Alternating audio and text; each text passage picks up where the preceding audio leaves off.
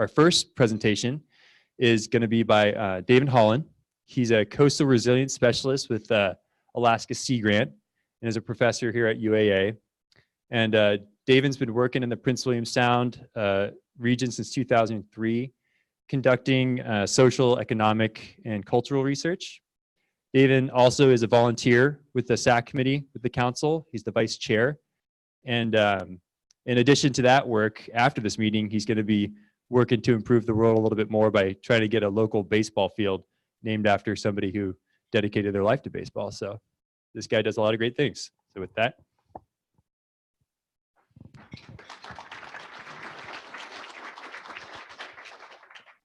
Yes, this will be my fun presentation of the evening. I'm not looking forward to the next one.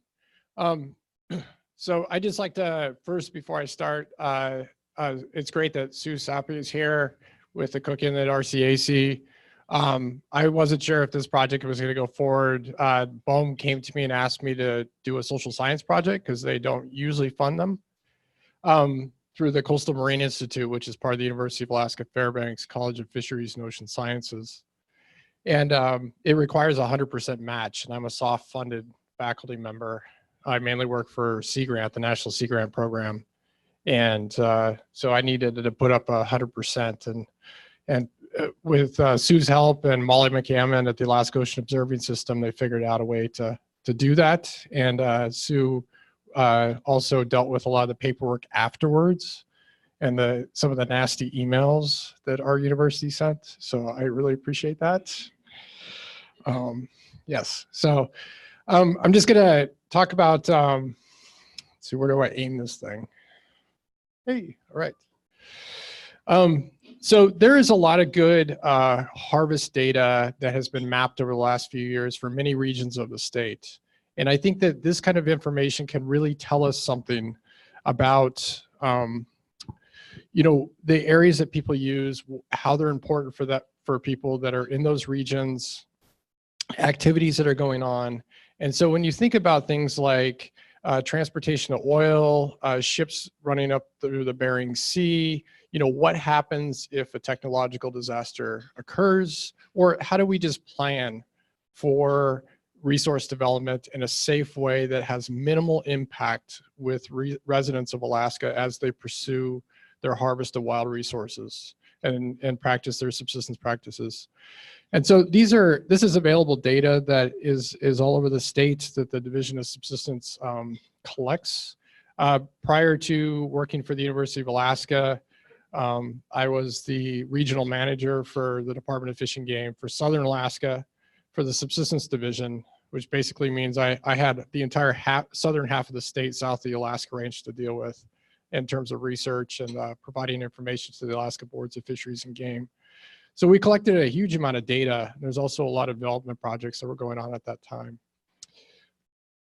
This is, when we look at the Alaska Ocean Observing System's data portal, and this is a really rich portal that has a huge wealth of information.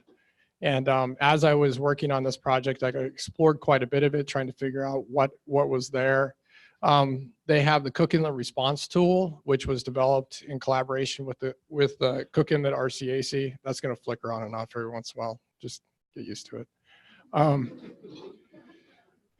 This is really, when I was starting this project, this was the socioeconomic data that was actually on that platform. So a massive system of data that the Alaska Ocean Observing System manages, and very little socioeconomic data. And I know Molly McCammon is trying to really push hard to get more information up there. There are several projects that are going on right now to actually do that. And this one was one of those projects. So our goal was to provide information to developers to take into consideration during planning oil and gas activities, and let them know what activities might be occurring in certain regions of Cook Inlet if a technological disaster happened. And so what activities might be going on. So these, you know, the methods that we used were basically to pull together a lot of data that was already existing, a lot of work I had done for the Department of Fish and Game. The harvest data, the quantifiable harvest data is online through the Community Subsistence Information System, but the map data is not.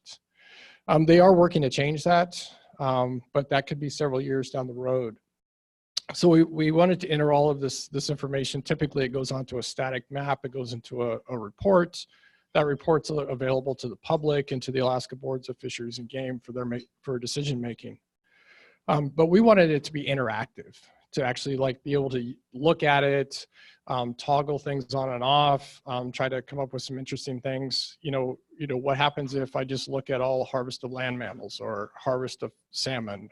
Where are people going in boats? Where are people using a dip net?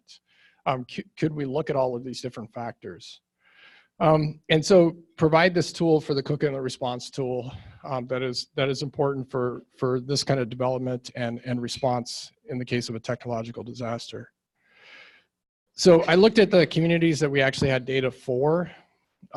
This was part of a project that was funded by, at the time, the Alaska Gas Line project. It was going to come to Tidewater down at Nikiski. It would come across somewhere near Nikiski, near Tyonek. There's a huge amount of oil and gas development work that's been done in the community of Tyonek, and this is one of my favorite pictures that I've taken over time. It really just tells you about the modernity of living a life in Alaska. It's you know, the oil rigs and the platform off of Tyonek, and a father, Art Standiford, teaching his kids how to fish. And so these are the locations we're actually at harvest data for this project. Some of that information was also collected as part of the update of the EVOS oil spill reports that were done every so often. So when we collect it, this is what it looks like, and it's pretty ugly. We asked people, when I developed this methodology and actually developed this application with a contractor, and it was on an iPad. So when we go into a household, we ask them everything they do in a single year, and we document the harvest locations of certain species, and then the search areas of others. Like, for example, moose. We're not going to display everybody's moose harvest site. We're not trying to create a great map for hunters, but we'll show where they looked at least. And the same thing for marine mammals. We also protect marine mammal harvest locations as well. And so there's this information is there. This is Tyonek, for example, where I was working. And so it comes out looking like that. But it could look like that. And it does. And so they helped us develop this tool. Axiom Data Sciences is here in Anchorage. Rob used to work for Fish and Game, and he was kind of this data guru. So he started his own firm and helps build all this stuff for AOS. And so as many fields as I could, I tried to put in there so that you could actually play with it. You can look at access, like how people access the location. That was something we were doing in terms of looking at the Susitna-Watana Dam, for example. We wanted to know, how do people access their sites? Are they going to use the river in the wintertime, for example? What happens if that river is flowing all year? Can they still use a snow machine to get up to their harvest locations? And I'm also interested in how things happen as climate changes. And the job that I do for the university now is actually to do that, is to help communities adapt to their changing climate using data from the university. So we looked at, you can toggle it by community, so you can sort it by community. Harvest method, where people using set gill nets, where they're using dip nets, where they're using a rod and reel to fish. The species category, we've grouped those into just a few categories. For example, salmon, non-salmon fish, large land mammals, small land mammals, plants and berries, or just to name a few, shellfish, and also the month of harvest. So say, for example, somebody's coming into Cook Inlet, they want to do some sounding to look for oil, and they're going to be there in June. This will tell them what activities are occurring during the month of June, for example, and how people might be accessing those locations by boat. So if we look at, I think this is all of the information that's on there. This is what it looks like. They gridded it by intensity. Those cells are about 1 mile. You can zoom down into about 1 mile, and then that's all it's going to give you. One of the goals here was we're not trying to give really detailed information on everybody's harvest. You know, some of that is information that people kind of want to keep to themselves in some way, so we have to protect it or mask it in some way. And then you can look at, this is, for example, this is boat. So if we just turn on the boat, this is all the locations that people in those communities went by boat.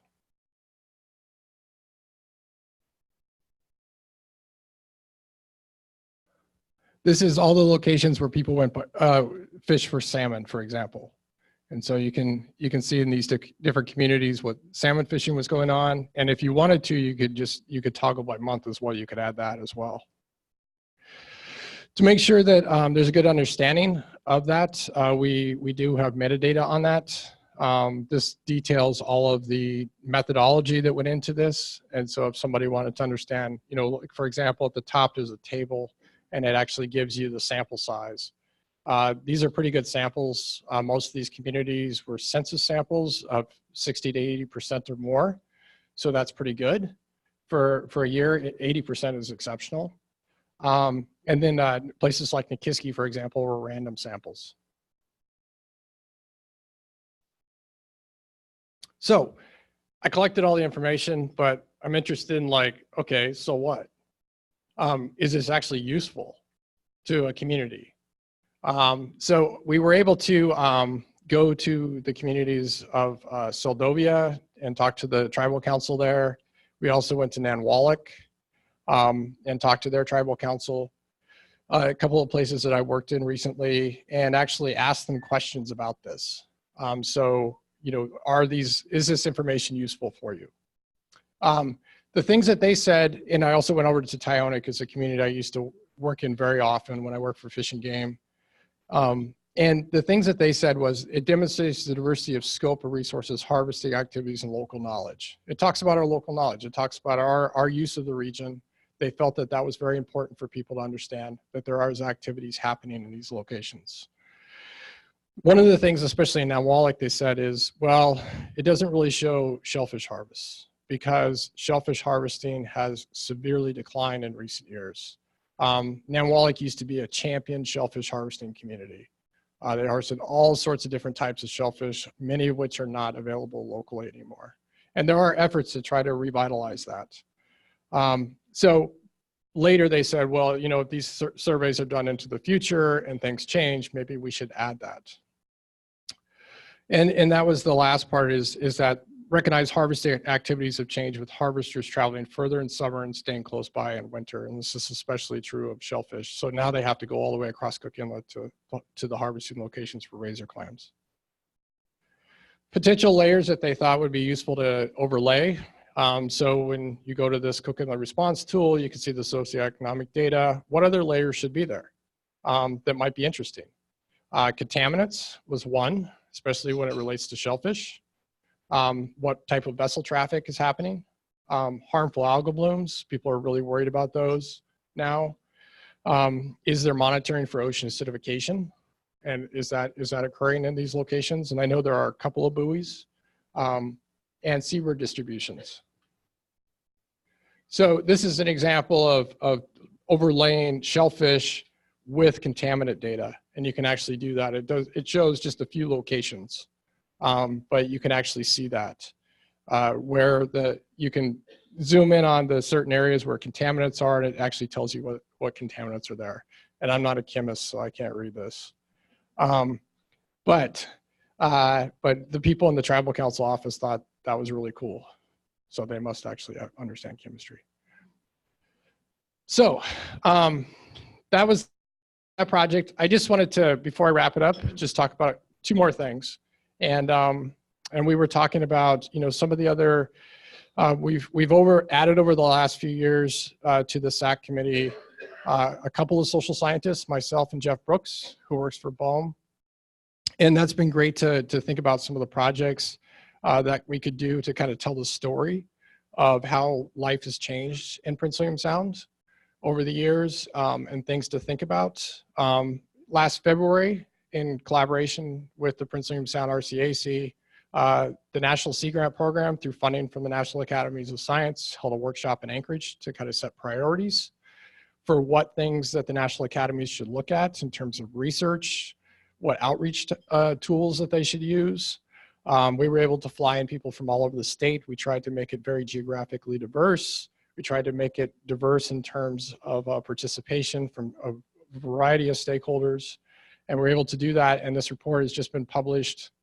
And so you can find this as well as the other reports that were done on that workshop. And next week I'll be informing the National Academies on this project as well as some of the other ones, and we'll have a broader discussion about it. The other thing that we're working on is doing something very similar in the Bering Sea. So that was a small area. This is not a small area. That's what it looks like. And so that's 27 communities that I have data for that are within a certain distance of the coast. I have a lot more data actually. For example, communities like Iliamna, New Halen, and others, but I didn't include them as they're not traditionally coastal communities, but we might look at that. And this will help inform the North Pacific Fisheries Management Council. I worked on a Bering Sea fishery ecosystem plan over the last few years to actually take into account traditional knowledge and local knowledge into their decision-making planning. And there's now trying to actually operationalize that and figure out how do you actually make that happen. I just help them understand why it's important, and we'll let the experts decide how to make that happen. And so I'm working on building this right now. It's not going to be as cool as the one for Cook Inlet because you don't have all of the different things like how people access sites or things like that. It's really just resource categories and seasonality. That's really all you get. And this is just marine mammals, for example. So you can see that if you're thinking about fisheries management in the blue water, that's away from the coast and where the state has jurisdiction, it actually does apply. And so I think it's a helpful step in a way of helping them understand that the things that are going on out in the blue water do impact people on the coast. This could be another one, a Prince William Sound response tool. And I think there's been some talk of that in recent times. There is a lot of good data on there, and it could all be pulled together in some kind of response tool. So maybe something to talk with the Alaska Ocean Observing System about. And finally, we have a project that was funded by SAC, by the Prince William Sound RCAC, to look at the data that's been collected in more detail for Prince William Sound. And this is the community of Titlik from 1987 to 2014. Prince William Sound has some of the richest harvest data of any place in the state. There were surveys done prior to EVOS, and there were a lot of surveys done post-EVOS. And so you can really see over time how things have changed. And I had my colleague Dave Koster at ADF&G pull this together for me yesterday. He did it really quick. He's analyzing the data and trying to complete this project right now. So he just gave me this preliminary look at this, and he calls this the box and whiskers look. I think that's what it's called. But you can see in 2014, the number of resources that were harvested by that community has shrunk substantially. So the breadth and diversity of resources is really changing. And so what they're trying to do now is figure out changes in demographics and how that correlates to actual harvests that are being done in these communities. And that's something that hasn't been done before. And so hopefully this will tell us something really interesting. And we just appreciate the Prince William Sound RCA supporting this project as we move forwards. So that's all I have. I'm going to put in a shameless plug for my website, Adapt Alaska. So if you want to know more about how to explore science that relates to climate change, how to make a plan to adapt to climate change if you're in a small community, this is our new site. The other one is not quite as attractive, but there is a lot there. It also has great educator resources. So if you want education resources for adapting to climate change, in the K through 12 classroom that's also there as well. So thank you.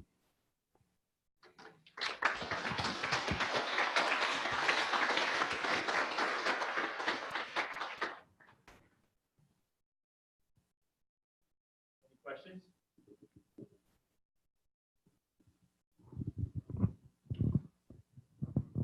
It's being recorded, so it's not just Very nice presentation. Thank you.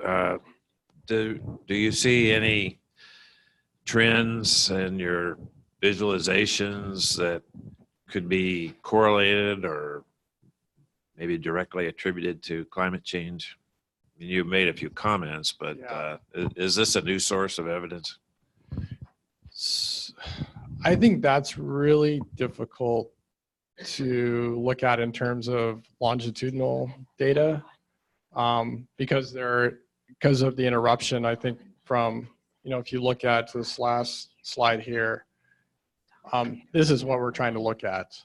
I can tell you, I mean, looking at the quantitative data, it's very difficult, but actually talking to people, when I was in the community of Tyoning, for example, they did talk quite a bit about that. They're concerned, of course, about all of the exploration going on in Cook Inlet. They're concerned about the rigs and some of the things that come off the rigs impacting. But a lot of what they talked about were shifts and changes in Chinook salmon, for example, in the northern district of Cook Inlet, and how that is actually impacting their lifestyle. And I've actually done that kind of research for my dissertation work, looking at that. How does a reduction of Chinook salmon in the Susitna Basin actually impact communities, for example? So yes, I think there is definitely people across the region see it, and the people I worked with across the state. It's happening so rapidly that it's hard to actually quantify what's happening. And it's really only through these qualitative analysis, actually talking to people, that you really understand what's going on.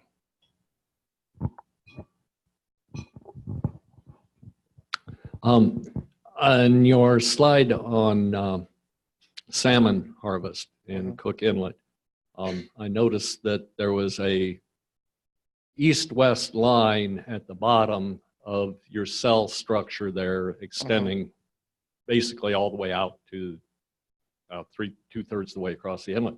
A data artifact, I'm assuming, but can you explain where the data came from that would give you that sort of cutoff? Because, from personal experience, I know that that's not, in fact, the case. So that's a good question. So the data was collected in polygons, points, and lines. And the line data can be problematic for that exact reason, because somebody could actually be fishing over, they could be trolling, for example. And so a line like that would be an artifact of somebody trolling out there. And typically, unless that was a substantial harvest, something like that would typically be pulled out as kind of an outlier. So there must have been a substantial harvest for that to remain in there.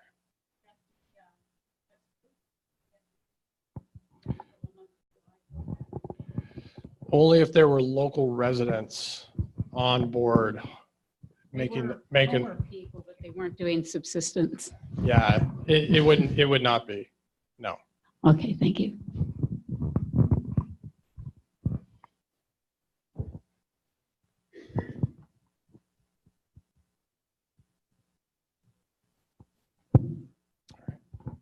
Any other questions? Well, I really appreciate you having me. And yeah, thanks, Austin. Thanks, David. Appreciate it. Yeah, thank you very much.